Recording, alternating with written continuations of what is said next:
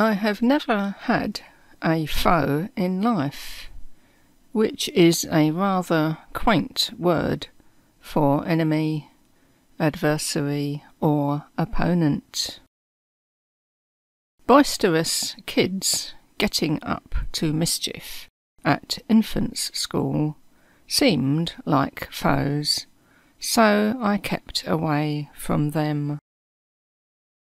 At a young age, it might have been the dentist, but they were really my helpers to prevent worse trouble.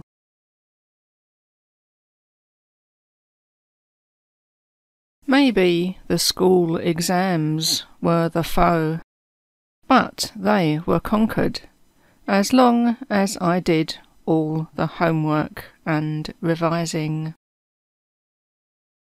I didn't mind shorthand foes, though, as they were easily captured and turned into friends.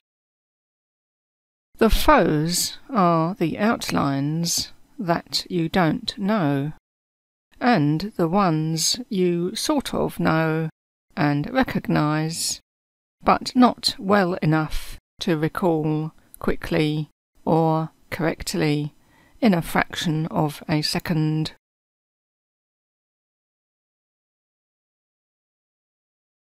They cannot be run away from or ignored, as they will return with equal vigour and frustration in the next dictation. They come back like pesky flies to torment your efforts at getting a full note. The friends are the opposite, happy little easy ones like be, it, do, me, for, is, was, take, get. Those occur all the time, which is why they become so easy so soon.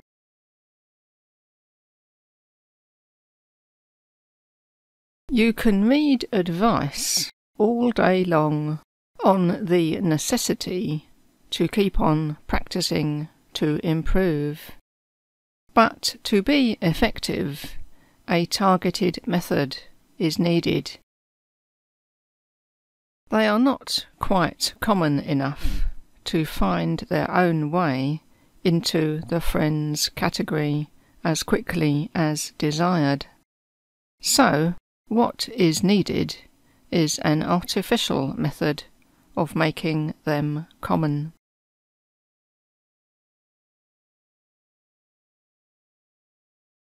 This is, totally unsurprisingly, the good old indispensable personalised drill notebook that we all know and love.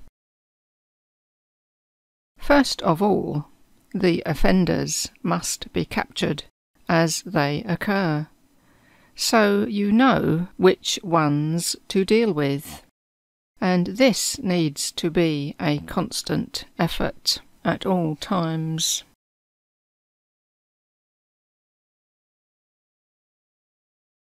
With your action-ready drill pad to hand, you have a foe-munching device that regularly reduces their numbers by depriving them of their novelty, newness, awkwardness, or unfamiliarity. They come out the other side as familiar, known, ordinary, instantly recognisable, and easily recalled. If not, then they go round again, until they do conform to requirements.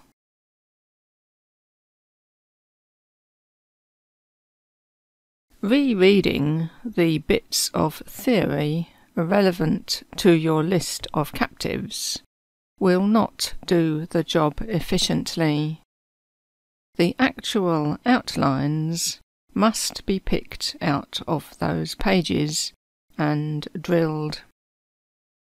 The little rascals must be gathered together, a few at a time, to keep things manageable, and put into some easy, short sentences, so that it all flows more naturally and keeps the mind interested and not wandering.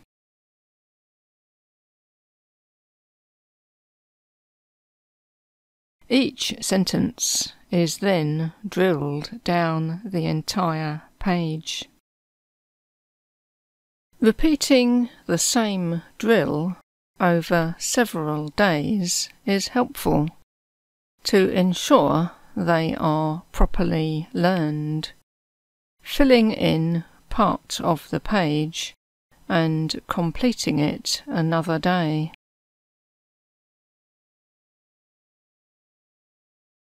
By the time you have written a sentence several times, you will not be looking at the line above, and can say the words quietly to yourself as you write.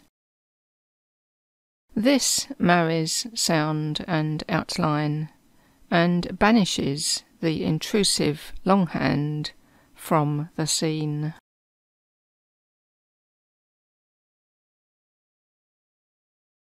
Spare a very brief thought for the poor old longhand, not welcome at the shorthand party, but relegated to the slow jobs of reading the shorthand book lessons, filling in the exam application form, job application form, and job acceptance letter, or writing to friends to tell them of your success with your new hobby that is turning out to be so useful in other areas.